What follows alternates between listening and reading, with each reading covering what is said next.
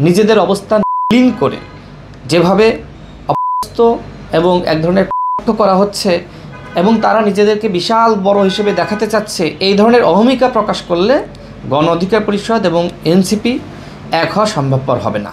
দেখেন, এনসিপির সাথে আমাদের অত্যন্ত আন্তরিক আলোচনা হয়েছে এবং তারাও এক হতে চায়, আমরাও এক হতে চাই। যেহেতু একটা সময়ে আমরা একসাথে রাজনীতি করেছি, ডাকসু নির্বাচন করেছি, তাদের উত্থান আমাদের উত্থান একই রকম। যারা এনসিপির শীর্ষ পর্যায়ে রয়েছে তাদের অধিকাংশই আমাদের সাথে ছাত্র রাজনীতি করেছে, 2018 সালের কোটা সংস্কার আন্দোলন করেছে, 19 সালের ডাকসু নির্বাচন করেছে, নরেন্দ্র মোদীর আগমন বিরোধী আন্দোলন করেছে। অর্থাৎ তাদের সাথে আমাদের সম্পর্ক রাজপথের সম্পর্ক।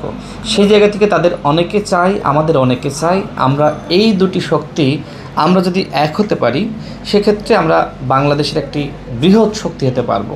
সেই জায়গা থেকে তাদের শীর্ষ নেতৃবৃন্দ, যেখানে নাহিদ ইসলাম আখতার হোসেন ছিলেন এবং আমাদের শীর্ষ নেতৃবৃন্দ নুরুল হক নূর আমিসহ আমাদের অন্যান্য নেতৃবৃন্দ ছিলেন, আমরা সিদ্ধান্ত নিয়েছি যে আমরা একসাথে পথ চলব।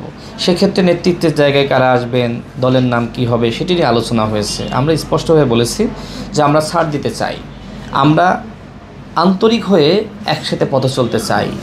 বড় দলের ছোট নেতা হওয়া ভালো, কিন্তু ছোট দলের বড় নেতা হওয়া ভালো না।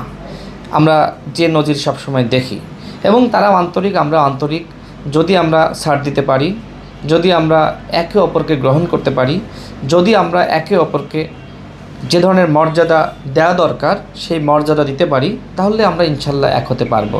কিন্তু ইদানিংকালে এনসিপির কয়েকজন নেতা ওই বৈঠকের পরে আমরা দেখলাম মিডিয়াতে বিভ্রান্তি ছড়াচ্ছেন। তারা বলছেন যে গণ অধিকার পরিষদ নাকি এনসিপিতে যোগদান করবে। এইটা আসলে সম্পূর্ণ মিথ্যা।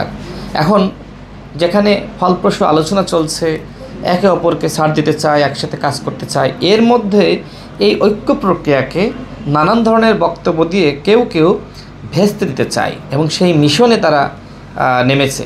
আমরা তাদের উদ্দেশ্যে বলতে চাই, দেখেন, এক হলে আপনার জন্য ভালো, আমার জন্য ভালো। মানুষ কিন্তু একতা চায়।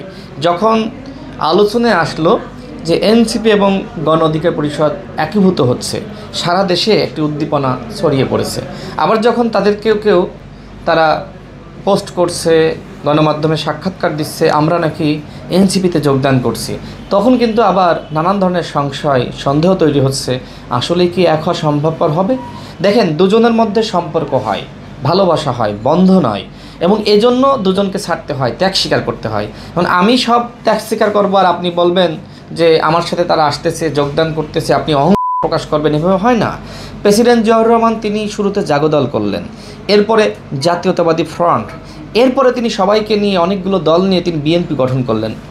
কি কারণে বিএনপি এত বড় হলো? প্রেসিডেন্ট জিয়াউর রহমানের যে দূরদর্শিতা, এই কারণে। ঠিক একইভাবে এনসিপির নেতৃবৃন্দ তারা যদি এই ধরনের দূরদর্শিতা, আন্তরিকতা দেখাতে পারে, সেক্ষেত্রে আমাদের আন্তরিকতার কোনো ঘাটতি থাকবে না। আমরা এক হতে আমরা রাজি রয়েছি, কিন্তু নিজেদের অবস্থান ক্লিন করে যেভাবে অপদস্থ এবং এক ধরনের কটাক্ষ করা হচ্ছে এবং তারা নিজেদেরকে বিশাল বড় হিসেবে দেখাতে চাচ্ছে, এই ধরনের অহমিকা প্রকাশ করলে গণ অধিকার পরিষদ এবং এনসিপি এক হওয়া সম্ভবপর হবে না।